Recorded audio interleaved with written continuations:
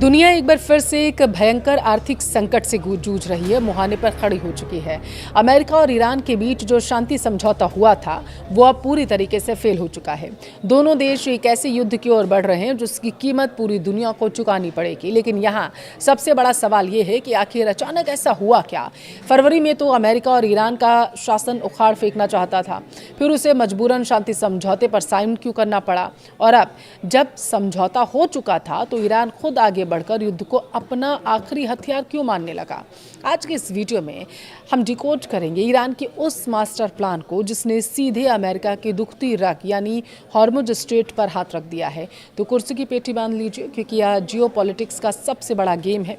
Video को last तक जरूर देखिएगा क्योंकि वीडियो काफ़ी दिलचस्प होने वाला है। नमस्कार, आपके साथ मैं पल्लवी रविंद्र सिंह। देखिए, क्या आपने कभी सोचा था कि दुनिया के किसी दूर कोने में चलने वाली गोलियों की आवाज़ सीधे आपकी जेब पर कैसे हमला कर सकती है। सोचिए, आप कल सुबह उठे और पता चले कि पेट्रोल की कीमतें रातों रात आसमान छूने लगी हैं, शेयर बाजार औंधे मुँह गिर चुका है और महंगाई ने आपकी रसोई को भी पूरी तरीके से बिगाड़ कर रख दिया।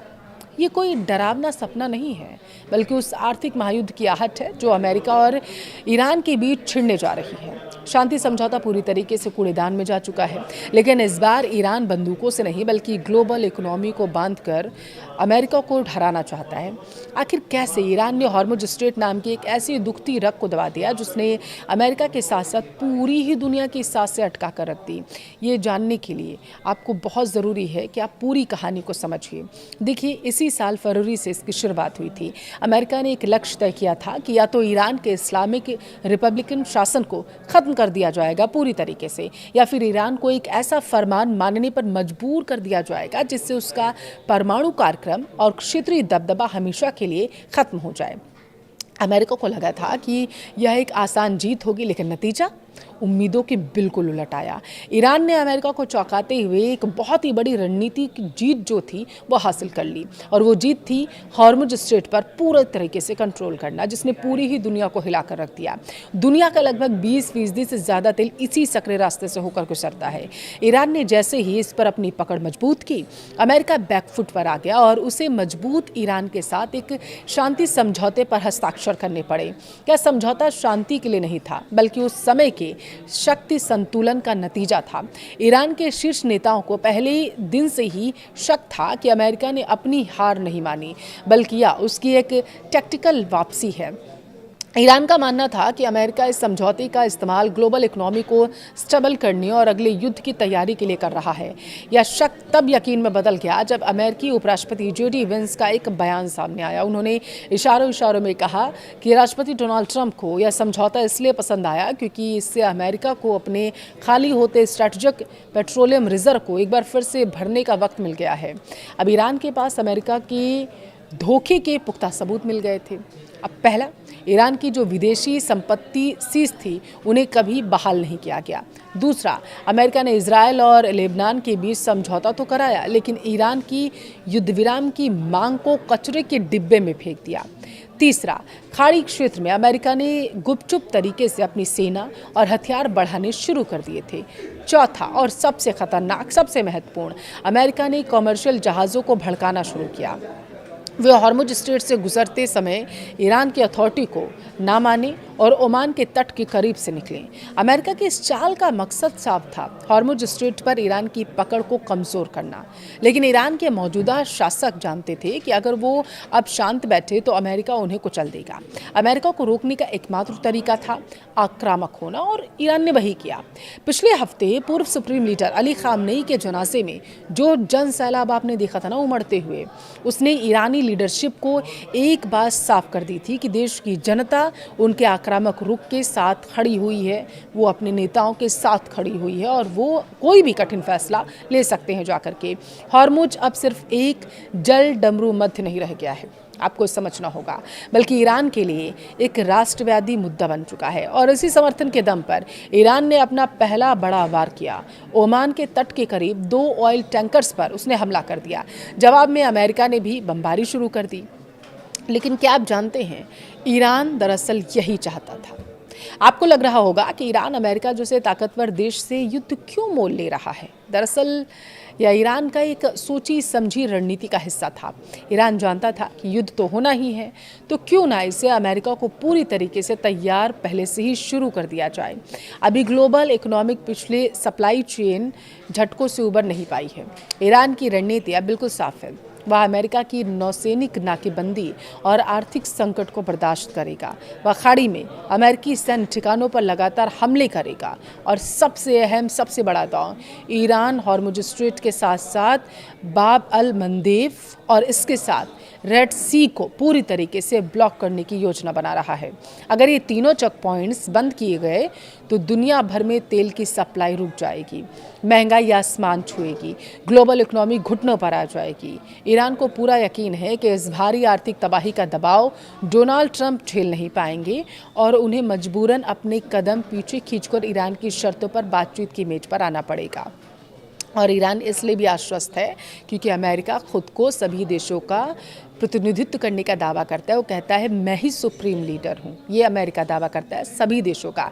ईरान जानता है कि अगर आर्थिक स्थिति कमज़ोर होती है सारे देशों की तो अमेरिका खुद को बड़ा दिखाने के लिए सामने ज़रूर आएगा। और अब मैं आपको बताऊंगी कि सुपर पावर की देखिए सबसे बड़ी टेंशन क्या है। अगर मैं आपसे कहूं कि दुनिया की सबसे बड़ी सैन्य महाशक्ति अमेरिका एक ऐसे युद्ध में फंस चुका है जहां उसके अपने ही हथियार खत्म होने की कगार पर आ चुके हैं, तो शायद आप यकीन ना करें कि इतना बड़ा देश इतने दावे करता है और ये हालात हैं। देखिए रिपोर्ट्स तो यही कह रही हैं, लेकिन ईरान के साथ चल रही भयानक जंग के बीच वाशिंगटन से एक ऐसा खुलासा हुआ जिसने पूरी दुनिया को चौंका दिया। लगातार 9 रातों से अमेरिका ईरान पर बमबारी कर रहा है। व्हाइट हाउस से राष्ट्रपति डोनाल्ड ट्रंप हुंकार भर रहे हैं कि ईरान की सैन्य ताकत खत्म हो चुकी है, लेकिन पर्दे के पीछे की कहानी कुछ और ही है। वॉशिंगटन पोस्ट की एक लीक रिपोर्ट और एक शीर्ष अमेरिकी अधिकारी ने चेतावनी दी है कि अमेरिका के पास एक लंबी जंग लड़ने के लिए पर्याप्त एयर डिफेंस और लंबी दूरी की मिसाइलें बची ही नहीं हैं। आज के वीडियो में आपको समझना होगा कि आखिर क्यों अमेरिका का मिसाइल भंडार खाली होने की कगार पर है, मध्य पूर्व में ट्रंप प्रशासन की नई सैन्य रणनीति क्या है और ईरान कैसे इसका फ़ायदा उठा रहा है। इस पूरी कहानी की शुरुआत हुई थी जॉर्डन से, अगर आपको याद हो। जॉर्डन में स्थित अमेरिकी एयरबेस मुवाफ़क़ सल्ती पर ईरान की तरफ से एक घातक मिसाइल और ड्रोन हमला किया गया था। इस हमले में 2 अमेरिकी सैनिक की जान चली गई थी और एक सैनिक लापता हो गया था। बाद में मलबे से मिले अवशेषों के बाद राष्ट्रपति ट्रंप ने खुद अंदेशा जताया कि मृतकों की संख्या 3 हो सकती है। अब इसके ठीक बाद उत्तरी इराक में एक और अमेरिकी सैनिक की मौत हो गई थी और ईरानी ड्रोन के विस्फोटक को डिफ्यूज करते समय हो जाती है। अमेरिका के लिए यह एक सीधी चुनौती थी। इसका बदला लेने के लिए अमेरिका ने ऑपरेशन रिटेलिएशन शुरू किया था और लगातार 9 रातों तक ईरान पर मिसाइल की बारिश की गई थी। बंदर महशर, बंदर इमाम, खोमैनी, तबरीज, चाबहार और कोनार्क जैसे अहम ईरानी शहर जो थे, इनको डोनाल्ड ट्रंप ने निशाना बनाया था। इन पर हमले किए गए थे डोनाल्ड ट्रंप की तरफ से। अमेरिकी सेंट्रल कमांड का लक्ष्य साफ था, ईरान की तटीय radar system, missile base, drone फैक्ट्रियों को तबाह कर दिया जाए ताकि वो स्ट्रेट ऑफ हॉर्मुज में नागरिक और व्यापारिक जहाज़ों को निशाना न बना सकें। ऊपर से देखने में आपको लगता होगा कि अमेरिका इस युद्ध में हावी है, लेकिन वॉशिंगटन पोस्ट की रिपोर्ट ने अमेरिका की सबसे बड़ी कमजोरी उजागर कर दी। ट्रंप प्रशासन के एक वरिष्ठ अधिकारी ने ही साफ कर दिया है कि व्हाइट हाउस शायद ज़मीनी हकीकत और हथियारों की वास्तविक कमी से अनजान रहा है और यही वजह थी कि वो युद्ध में कूद गया। अमेरिका अगर इसी रफ्तार से हमला करता रहा तो लंबी लड़ाई के लिए उसके पास से एयर डिफेंस और मिसाइलें नहीं बचेंगी या कोई हवाई बातें नहीं हैं। Centre for strategic and intelligence studies के एक आंकड़े ने इस बात की पुष्टि भी कर दी है। इस युद्ध में अमेरिका ने अपने सबसे एडवांस और महंगे हथियारों का अंधाधुंध इस्तेमाल किया था। शुरुआत में उसे लगा था कि मैं ईरान को झुका लूँगा। अब इसमें शामिल क्या थे आप देखिए, आपने नाम सुना होगा, टॉमहॉक क्रूज मिसाइलें, patriot air defence system, third interceptors के साथ ही आपको बता दें 6 मिसाइलें थीं, जैसम और PRSM।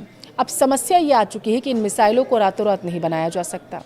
CSIS के विशेषज्ञों का मानना है कि जिस रफ्तार से अमेरिका ने इन हथियारों को खर्च कर दिया, अगर आज ही पूरी क्षमता से इनका प्रोडक्शन शुरू किया जाए तब भी युद्ध से पहले वाला भंडार वापस पाने में 2027 से लेकर के 2031 तक का समय लग सकता है। यानी इतना लंबा समय चाहिए और अभी चल रहा है 2026।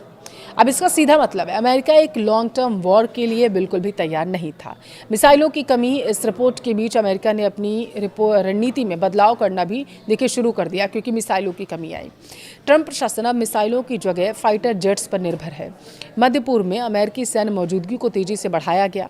जर्मनी के बेस से F-16 आपको याद हो फाइटर जेट्स और ब्रिटेन से दुनिया के सबसे एडवांस स्टील्थ फाइटर F-35 को खाड़ी क्षेत्र में डिप्लॉय किया गया। राष्ट्रपति ट्रंप पहले ही इस बात के संकेत दे चुके थे कि अमेरिका अब ईरान के क्रिटिकल इंफ्रास्ट्रक्चर जैसे कि अहम पुल, बिजली संयंत्र और अन्य ढांचों को निशाना बनाएगा। लेकिन सवाल ये है कि क्या लड़ाकू विमानों की ये तैनाती ईरान को डरा पाएगी, क्योंकि ईरान ने हार मानने के बजाय अपने हमले और तेज कर दिए हैं। अमेरिका के इतने भारी हमलों के बाद भी ईरान शांत नहीं हुआ है। उसने जवाबी कार्रवाई का दायरा पूरे खाड़ी क्षेत्र में फैला दिया। ताज़ा रिपोर्ट्स के मुताबिक ईरान ने कुवैत में मिसाइल और ड्रोन से हमला किया, जिसमें वहां के पावर स्टेशन और समुद्री पानी को मीठा बनाने वाले प्लांट को नुकसान पहुंचाया गया। हालात इतने तनावपूर्ण हो गए कि बहरीन में स्थिति अमेरिकी दूतावास ने अपने नागरिकों के लिए हाई अलर्ट जारी कर दिया है। लेकिन सबसे बड़ा खतरा समुद्र में है। हॉर्मुज स्ट्रेट के पास एक व्यापारिक जहाज पर फिर से हमला हुआ। ईरान की ताकतवर इस्लामिक रिवोल्यूशनरी गार्ड कॉर्प्स यानी IRGC ने खुली चेतावनी डाली कि जब तक अमेरिका अपने हमले नहीं रोकता तब तक दुनिया का कोई भी देश इस समुद्री मार्ग से तेल और गैस सुरक्षित ले ही नहीं जा सकता। जो कुछ भी मिडिल ईस्ट में हो रहा है वो सिर्फ दो देशों की लड़ाई नहीं, यह दुनिया के शक्ति संतुलन को बदलने की जंग है। एक तरफ अमेरिका है जो अपनी बादशाहत खोना नहीं चाहता, तो दूसरी तरफ ईरान है जो यह समझ चुका है कि आक्रमण ही सबसे अच्छा विकल्प है, बचाव है। अगर यह युद्ध लंबा खिंचा तो भारत समेत पूरी दुनिया को इसका भयंकर खामियाजा भुगतना पड़ेगा। पेट्रोल डीजल की कीमतें क्या रिकॉर्ड बनाएंगी, इसका अंदाजा लगाना बेहद मुश्किल है। तस्वीर अब बिल्कुल साफ होती नजर आ रही है। यह सिर्फ दो देशों के बीच का सैन्य टकराव नहीं, बल्कि जियोपॉलिटिक्स के चेस बोर्ड पर खेला जा रहा एक बेहद ही खतरनाक गेम है। ईरान ने जानबूझकर ये जाल बिछाया और वो जानता था कि अमेरिका अगर सीधा हमला करेगा तो ग्लोबल सप्लाई चेन टूट जाएगी। इसका सीधा नुकसान अमेरिकी अर्थव्यवस्था को होगा। ईरान का यह आखिरी हथियार दुनिया को 2008 से भी ज़्यादा बड़ी मंदी में धकेलने का काम करेगा। लेकिन इस पूरी लड़ाई में सबसे बड़ा सवाल ये है कि भारत जैसे विकासशील देश इस ऑयल शॉक से खुद को कैसे बचाएंगे। क्या भारत को अब ईरान और अमेरिका में से किसी एक को चुनना पड़ेगा? आपकी इस पूरे मुद्दे पर राय क्या है, मुझे कमेंट में ज़रूर बताएं।